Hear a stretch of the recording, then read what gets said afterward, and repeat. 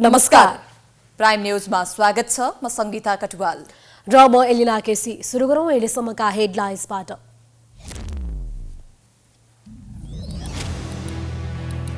सत्ता गठबन्धनले तोक्यो देशैभरि आधिकारिक उम्मेद्वार। 14 स्थानमा भत्कियो गठबन्धन। दोहोरो उम्मेद्वारी परेको स्थानमा मित्रवत प्रतिस्पर्धा गर्ने उद्घोष।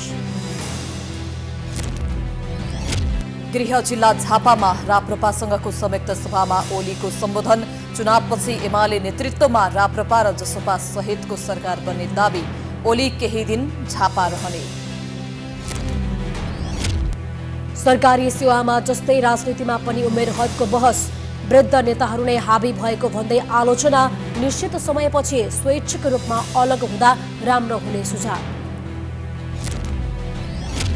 आयोगको चेतावनीपछि छ नो नट अगेन अभियान। ट्रेडिङमा मिथ्या सूचना अभिव्यक्ति स्वतन्त्रता नभएको प्रश्न।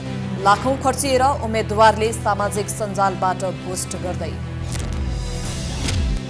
मिथिलाञ्चलको ठूलो पर्व छठ विधिवत रूपमा सुरु। पहिलो दिन नहाए खाए नदी तलाउ किनारमा तयारी। काठमाडौँमा पनि छठी घाट सिंगारिँदै। सन् 2035 देखि डिजेल र पेट्रोलबाट चल्ने सवारी साधनमा प्रतिबन्धको प्रस्ताव EUबाट पारित।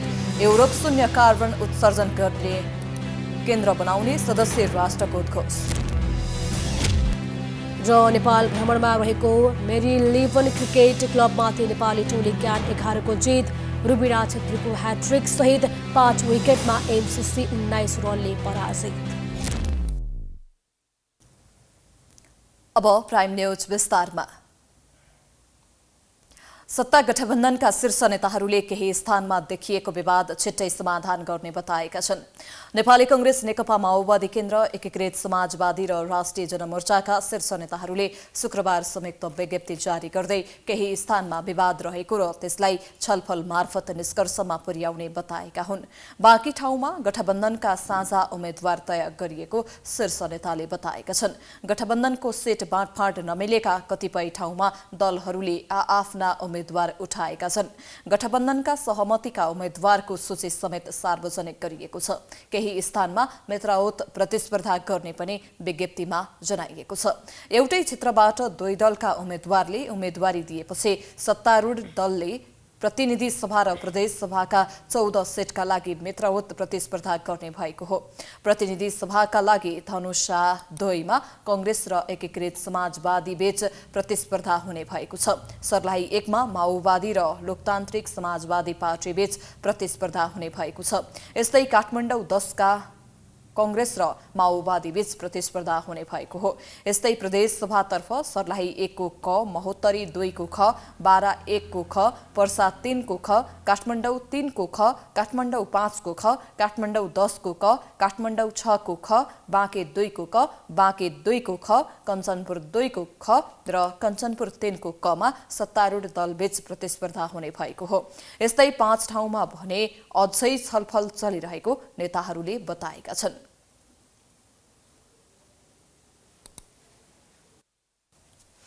नेकपा माओवादी केन्द्रका अध्यक्ष पुष्पकमल दाहाल प्रचण्डले गठबन्धनले चुनाव नजिते देश हार्ने भन्दै देशलाई जिताउन पनि गठबन्धनले जित्नुपर्ने बताएका छन्। चुनावी अभियानका क्रममा निर्वाचन क्षेत्र गोर्खा जाने क्रममा धादिङको सल्यानटारमा आयोजित गठबन्धनको कार्यकर्ता भेलामा अध्यक्ष प्रचण्डले वाम लोकतान्त्रिक गठबन्धनले नजिते देश विखण्डन गर्ने प्रतिगामी गठबन्धनले जित्ने खतरा रहेको बताएका हुन्। उनले विगतका तिता मिठा घटना त्यागेर एक आपसमा मत दिन गठबन्धन आबद्ध दलका कार्यकर्तालाई निर्देशन दिएका छन्। लोकतान्त्रिक शक्ति र वामपन्थी शक्ति एकताबद्ध भएर नै हामीले राणाशाहीको अन्त्य पनि गर्न सकेका हौं। हामीले पञ्चायती निरङ्कुशता पनि अन्त गर्न सकेका हौं। हामीले निरङ्कुश राजतन्त्रको पनि अन्त गर्न सकेका हौं। त्यसकारण मैले सधैँ भन्ने गरेको छु, अझ पछिल्लो चरणमा विस्तृत शान्ति सम्झौता त्यति बेला 7 राजनीतिक दलको तर्फबाट प्रधानमन्त्री, तत्कालीन प्रधानमन्त्री गिरिजाप्रसाद कोइरालाले र तत्कालीन माओवादीको तर्फबाट मैले हस्ताक्षर गरेर नै विस्तृत शान्ति सम्झौता अगाडि बढ्यो र संघीय लोकतान्त्रिक गणतन्त्रमा देशलाई लैजाने प्रक्रिया पनि त्यहीबाट अगाडि बढेको हो। अध्यक्ष प्रचण्डले यो निर्वाचन एउटा ब्याटल बनेको भन्दै 12 बुँदे समझदारीदेखि अहिलेसम्म सहकार्य गरेको गठबन्धनमा नेकपा एकीकृत समाजवादीको भूमिका प्रस्ट्याउँदै तत्कालीन एमालेको प्रमुख माधव नेपाल नभएको भए त्यसबेला के हुन्थ्यो भन्ने गम्भीर प्रश्न खडा भएको बताएका थिए।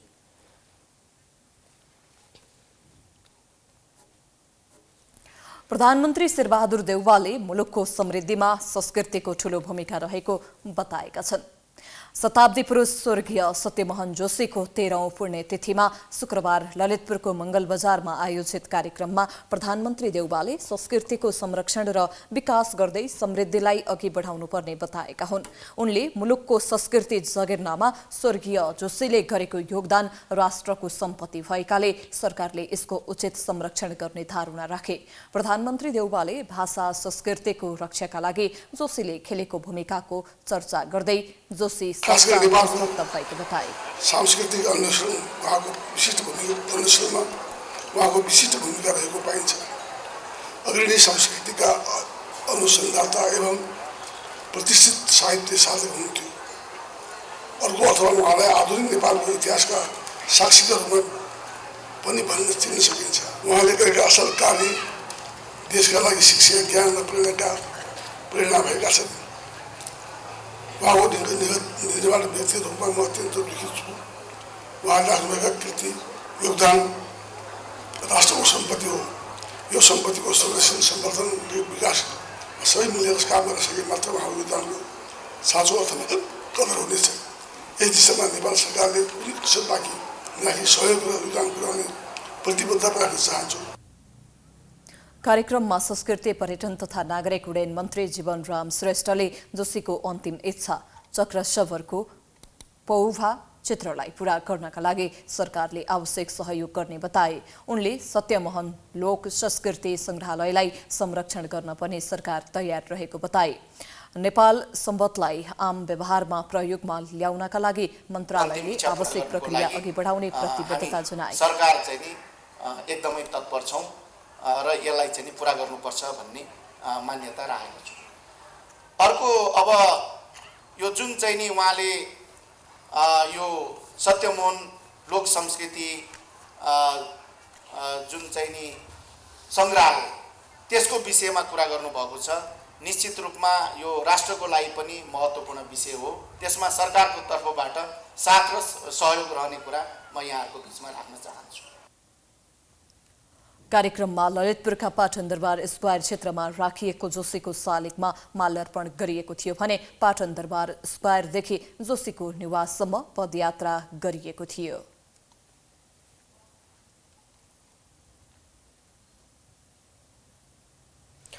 नेकपा एमालेका अध्यक्ष केपी शर्मा ओलीले आगामी निर्वाचनपछि एमाले राप्रपा र जसपालाई लिएर सरकार बनाउने दावी गरेका छन्। निर्वाचनमा एमाले एक्लैले बहुमत ल्याए पनि सहयात्री दलहरूको साथ नछोड्ने उनले बताए। गृह जिल्ला झापाको क्षेत्र नम्बर 3 मा राप्रपा अध्यक्ष राजेन्द्र लिङदेनका लागि भोट माग्ने क्रममा ओलीले एमालेका साथमा रहेकाहरू राष्ट्रिय पार्टी बन्ने र सरकारमा जाने दावी गरे। ओलीले एमालेसँग तालमेल गरेको अर्को पार्टी जसपा पनि राष्ट्रिय पार्टीको रूपमा कायम रहने भविष्यवाणी गरे। माधव नेपालको पार्टीको भने कुनै सम्भावना नरहेको उनले बताए। अध्यक्ष ओलीले एमालेको बहुमत कसैले रोक्न नसक्ने बताए। राष्ट्रिय राजनीतिको राष्ट्रवादी धारको, देशभक्त धारको, शान्तिपूर्ण धारको, विकासको पक्षको धारको, विकासको अभियन्ताको रूपमा अगुवाई गरेको छ र त्यस ध्रुवमा देशभक्त शक्तिहरू एकत्रित हुँदै जान थालेका छन्। अर्कोतिर नेपाली कांग्रेस छ। नेपाली कांग्रेसले राष्ट्रिय आत्मसमर्पणवाद, देशको इज्जत माटोमा मिलाइदिने, राष्ट्रको इज्जत धुलोमा मिलाइदिने, देशको हितको पक्षमा नउभिने सत्ता जसरी पनि प्राप्त गर्ने नीति लिएको छ। देश बचाउनु पर्छ कि पर्दैन, यो देशको स्वाभिमानको रक्षा गर्नु पर्छ कि पर्दैन, यो देशको राष्ट्रिय हितको रक्षा गर्नु पर्छ कि पर्दैन विषय थियो। अध्यक्ष ओलीले राष्ट्रिय प्रजातन्त्र पार्टीका अध्यक्ष राजेन्द्र लिङदेनको निर्वाचन क्षेत्रमा पुगेर उनका लागि भोट मागेका छन्। ओली र लिङदेन दुवैको गृह जिल्ला झापामा एमाले राप्रपासँग चुनावी तालमेल गरेको छ।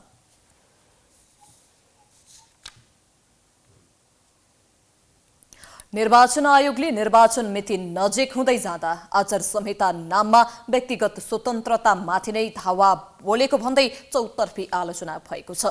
केही महिना अगाडिदेखि सामाजिक सञ्जालमा चलिरहेको नो नट अगेन अभियान विरुद्ध उत्रिएपछि नागरिक स्तरबाट आयोग निशानामा परेको छ। एक रिपोर्ट। यति बेला सामाजिक सञ्जालमा नो नट अगेन ट्रेन्डिङमा छ। फेसबुकमा 15 लाख प्रयोगकर्ताले यो विषयमा सर्च गर्ने, लेख्ने जस्ता क्रियाकलाप गरेका छन् भने ट्विटरमा त यो ट्रेन्डिङ नम्बर 1 मा छ। आखिर के हो जसलाई निर्वाचन आयोगले बन्द गर्ने चेतावनी दियो त? नो नट अगेन एउटा सामाजिक सञ्जालमा चलेको अभियान हो जसमा पुराना र धेरै पटक चुनाव जितेर पनि केही गर्न नसक्ने नेतालाई फेरि जिताउनु हुँदैन भन्ने प्रकृतिका विषय प्रकाशन भएका छन्। 6 जना पूर्व प्रधानमन्त्रीहरूको फोटो राखेर देश बिगार्ने मुख्य व्यक्तिहरूलाई फेरि देश चलाउने जिम्मा नदिऊ भन्ने खालको अभिव्यक्ति यहाँ प्रस्तुत भएका छन्। नो नट अगेन नामक पेजबाट यी विषय प्रकाशन भएका छन्, तर कसले यो अभियान चलाएको छ भन्ने प्रश्न छैन। तर चुनावको मुखमा अरू बेला मत माग्ने प्रचार भए पनि यो अभियानले भने पुराना व्यक्तिलाई नदोर्याउन मतदातामा मनोवैज्ञानिक दबाव बढाएको छ। तर आयोगले भने यही विषयलाई लिएर पेज नै बन्द गर्ने चेतावनी दियो, जसको चौतर्फी विरोध भयो र नो नट अगेन अभियानको विषयमा जानकारी नभएका व्यक्तिहरू पनि यससँग जोडिन थाले। तिनीहरूले जसले चाहिँ यो देशमा लामो समयदेखि चाहिँ यो देशको चाहिँ राज्य सत्तामा बसेका छन्, भ्रष्टाचार गरेका छन्, यो देशलाई कङ्गालीको हालतमा पुगाएका छन्, यो देशको युवाहरूलाई पलायन गरेका छन्, हैन, यो देशको चाहिँ इज्जत र अस्मितामाथि चाहिँ खेलेका छन्, तिनीहरूलाई पनि फेरि जिताउनु हुँदैन भन्ने अभियान चाहिँ नो नट एगेन भन्ने होला। मेरो तिनीहरूसँग सम्पर्क छैन, सम्पर्क गर्न खोज्दा पनि भएन, म भएको भए तिनीहरूको झन्डै बोक्थेँ। केही पोस्ट हेरौँ। सेप्टेम्बर 9 तारिकमा पोस्ट भएको यो फोटोमा 6 जना पूर्व प्रधानमन्त्रीलाई राखिएको छ। अनि अबको निर्वाचनबाट ससम्मान बिदा गरौँ। आखिर यतिका वर्ष सत्तामा बसेर के भयो? हाम्रो खुसी लुट्ने को हो? आउनुस् बाटो बदलौँ लगायतका विषय लेखेर नो नट अगेन लेखिएको छ।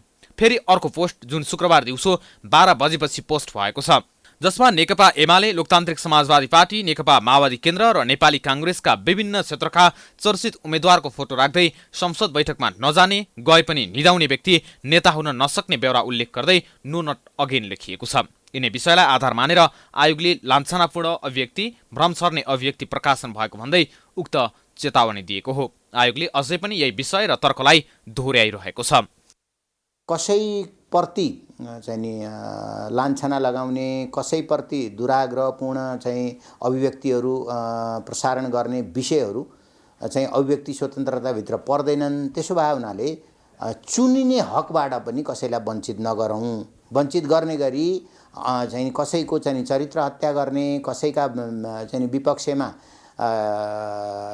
दोषपूर्ण अभिव्यक्तिहरू निकाल्ने, कसैका चाहिँ नि उम्मेदवारहरूका तस्बिरमा इन्टु चिन्ह लगाउने, हैन, लगायतका विषयवस्तुहरूले अरूको अधिकार हनन हुन्छ भन्ने कुरामा आएको ध्यान आकर्षण भएको हो। आफ्नो पक्षमा चुनावी माहौल बनाउन गाउँ गाउँ पुग्ने, कार्यक्रमहरू गर्ने, अर्कोलाई सराप्ने उम्मेद्वारलाई केही नबोल्ने आयोगले सामाजिक सञ्जालमा चलेको एउटा अभियानलाई रोक्न खोजिरहेको छ, जुन कुरा अभिव्यक्ति स्वतन्त्रताको विपरीत भएको भन्दै नागरिक स्तरबाट विरोध भएको हो। पछिल्लो समय कुनै फिल्मको प्रोमो, गीत सङ्गीत, कुनै प्रतियोगिता लगायतलाई प्रमोसन गर्नको लागि सामाजिक सञ्जालमा खर्च गरेर भए पनि बुस्ट गर्ने चलन जस्तै बनेको छ। गएको स्थानीय तहको निर्वाचनमा यसको व्यापक प्रयोग गरियो। अहिले फेरि मङ्सिर 4 गतेको चुनावको लागि अधिकांश उम्मेद्वारले सामाजिक सञ्जालमा पैसा खर्च गर्न थालेका छन्, जसलाई निर्वाचन आयोगले नियमन गरिरहेको जनाएको छ। एक रिपोर्ट। चुनावको बेला उम्मेद्वारहरूले सामाजिक सञ्जालको प्रयोग गर्ने, पैसा खर्च गरेर भए पनि आफ्नो राम्रो कुरा मात्र पोस्ट गरेर धेरै प्रयोगकर्ता समक्ष पुर्याउने फेसन चलेको छ। प्रविधिको प्रयोग गर्दै आफ्ना एजेन्डा उम्मेद्वारले मतदाता समक्ष पुर्याइरहेका छन्, जसमा नेपाल समाजवादी पार्टीको तर्फबाट काठमाडौँ क्षेत्र नम्बर 7 की उम्मेद्वार मानुषी एमी भट्टराई अगाडि देखिएकी छिन्। उनले आफ्नो फेसबुक पेजबाट आफ्नो निर्वाचन सामग्रीलाई धेरै मतदाताको फेसबुकसम्म पुर्याउन पैसा तिरेर बुस्ट गरेकी छिन्। जसबापत उनले अहिलेसम्म $900 अर्थात् झन्डै 1,20,000 खर्च गरिसकेकी छिन्। यद्यपि उनको पैसा भने उज्जवल श्रेष्ठ नामको व्यक्ति मार्फत तुरिएको छ। त्यस्तै काठमाडौँ क्षेत्र नम्बर 1 का राप्रपाको तर्फबाट उम्मेद्वार बनेका रविन्द्र मिश्रले पनि फेसबुक पेज मार्फत प्रचार गर्न थालेका छन्। उनले अहिलेसम्म आफ्ना 7वटा पोस्टको लागि $700 अर्थात् 92,000 रकम तिरिसकेका छन्। त्यस्तै काठमाडौँ 7बाट जसपाको तर्फबाट उम्मेद्वार बनेका राजेन्द्र प्रसाद श्रेष्ठले पनि सामाजिक सञ्जाल फेसबुकमा पैसा बुझाइरहेका छन्। उनले हालसम्म 45वटा पोस्ट मार्फत $580 अर्थात् 77,000 तिरिसकेका छन्। यो बाहेक सयौं उम्मेद्वारले प्रचारको प्रभावकारी माध्यम फेसबुकलाई बनाएका छन्। यो विषयमा निर्वाचन आयोगले कुनै कडाई नगरे पनि नियमन र अनुगमन गरिरहेको जनाएको छ। त्यस्ता टेक कम्पनीहरूसँग जुन अब सामाजिक सञ्जाल छन् तिनका कम्पनीहरूसँग आयोग सम्पर्कमा छ र आयोगले ती कम्पनीहरूसँग उम्मेदवारले गरेको खर्चको बारेमा विवरण लिइराखेको छ। उहाँहरूको लाइब्रेरीबाट तपाईहरुले पनि विवरण लिन सक्नुहुन्छ हैन। ती कम्पनीहरूको यो राजनीतिक खर्च सम्बन्धी लाइब्रेरी छ। त्यहाँ चाहिँ टोटल हाम्रो नेपालको अहिलेको निर्वाचनको सन्दर्भमा कुन कुन उम्मेदवारले कति खर्च गरे भन्ने छ।